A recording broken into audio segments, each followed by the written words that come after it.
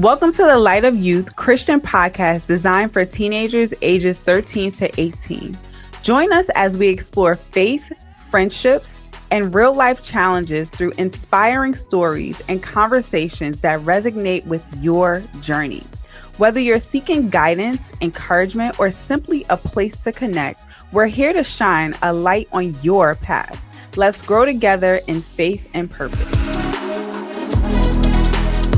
Hello, my name is Lamira Britton. Hi, my name is Adiel Maina. Welcome back to the Light of Youth podcast. Today's topic is Let's Talk About Cash. Let's get into the video. Grace and peace. My name is Reverend Dr. Nicole B. Simpson, and I am the founder and CEO of Harvest Wealth Financial. In short, I help people accumulate their level of wealth by managing their assets and making sure that they are protected from the uncertainties that life will undoubtedly throw their way. So let's talk about cash today. No one grows up deciding that when I get older, I want to be broke, busted, and disgusted. When I get older, I want to live from paycheck to paycheck. And we don't say that we want to live a life that's beneath the standards of what we expect, what we dream in our own personal time together. When we grow older, as we think about that, we decide, I want to be successful. I want to be financially free. I want to have money.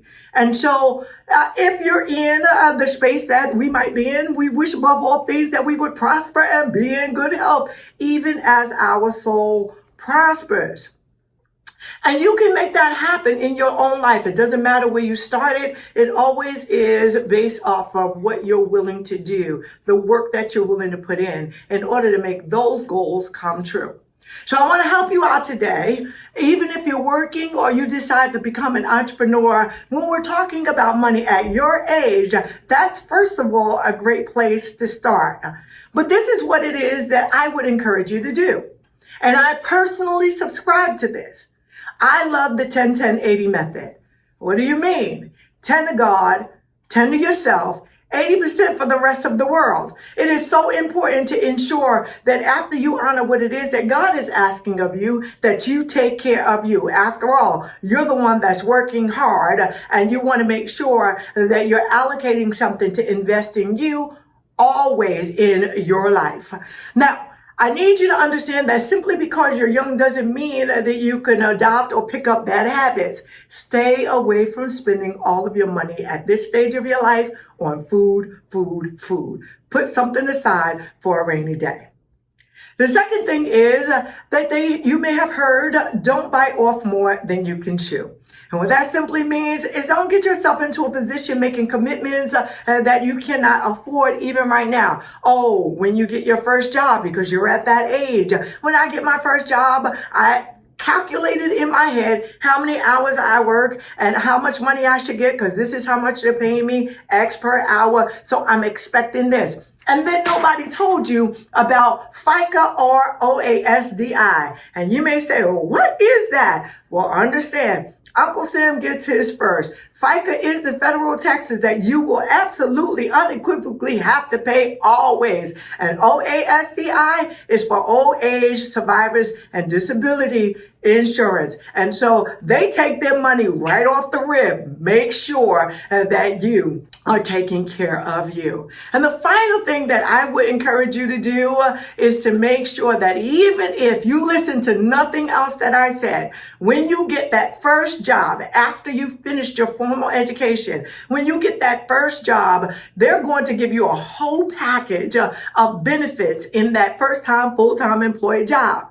Open it up and set up for your retirement. And you might say, I'm not thinking about it. I'm too young for that. But this is the thing that will happen. When you set aside money for your retirement, someone else, your employer, will oftentimes set aside money for you on your behalf up to a certain percentage. And then at the same time, it will reduce the tax liability that you owe in the current year. Taking those small baby steps, whether or not you work for someone else or you step out on faith and do your own thing, you have the ability to be financially free. So let's talk about cash. Keep your money in your pocket and in what it is that you're looking to do, and you will be all right for your entire life. Welcome back. So that video was very inspirational, don't you think? Yeah. Okay, one of the things she talked about was the 10-10-80 method. What do you think about that? I think it's like 10 to yourself, 10 to candy, whatever, games, and 80 to the word. Right.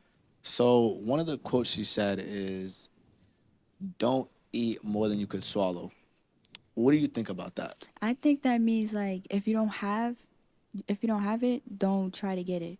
Or don't try to, you know what I'm saying?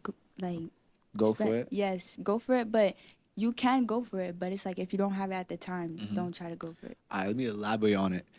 Basically, it's if you don't have it, why are you trying to spend it?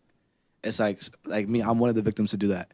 It's like every day you spend $100 every day, and then you look at your account, you're like, 32 cents left? Oh my gosh, like why am I spending this money when I don't have it? Adiel.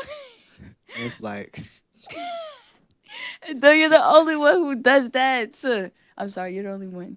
probably am the only one that does that. Maybe you should try to save your money, because maybe later in the day you might need it, and you might think back, oh, I needed that money for this, and it could have been more better than what you spent it on. You're right, but at the same time, sometimes it do be worth what I spend it on. At the end of the day, I'm going to look at my account and be like, oh my goodness, why do I have only 32 cents? Can't pay no bills, can't pay my phone bill, none of that. So it's just hard for me, and I'm a victim of that. So that's why I understand where she was coming from when she said that. One of the verses, we found a verse, right? Yeah. One of the verses says, honor the Lord from your wealth and from the first of all your produce, so barns will be filled with plenty and vats will overflow with new wine. What did you get from that? I think she meant as in, don't put your all into the money. Like, no matter how much money you have, it's not always going to be there. Because when you die, your money doesn't go with you. True. But God will always be with you. Right. Through everything, through thick and thin. Right. He'll always be there. So I feel like that's what she was trying to elaborate. And that's what the Bible verse was trying to say to us, is that no matter how much money you have, always put God first. Right. I think that concludes on what this video really meant to us. Don't you think? Yeah. Thank you for joining us on this episode of The Light of Youth. We hope you found inspiration and insight in our discussions. If you enjoy the show, please subscribe, rate, and leave a review. Follow us on social media for updates and share your thoughts. Remember, the light of youth shines brightest when we support each other. Until next time, keep shining.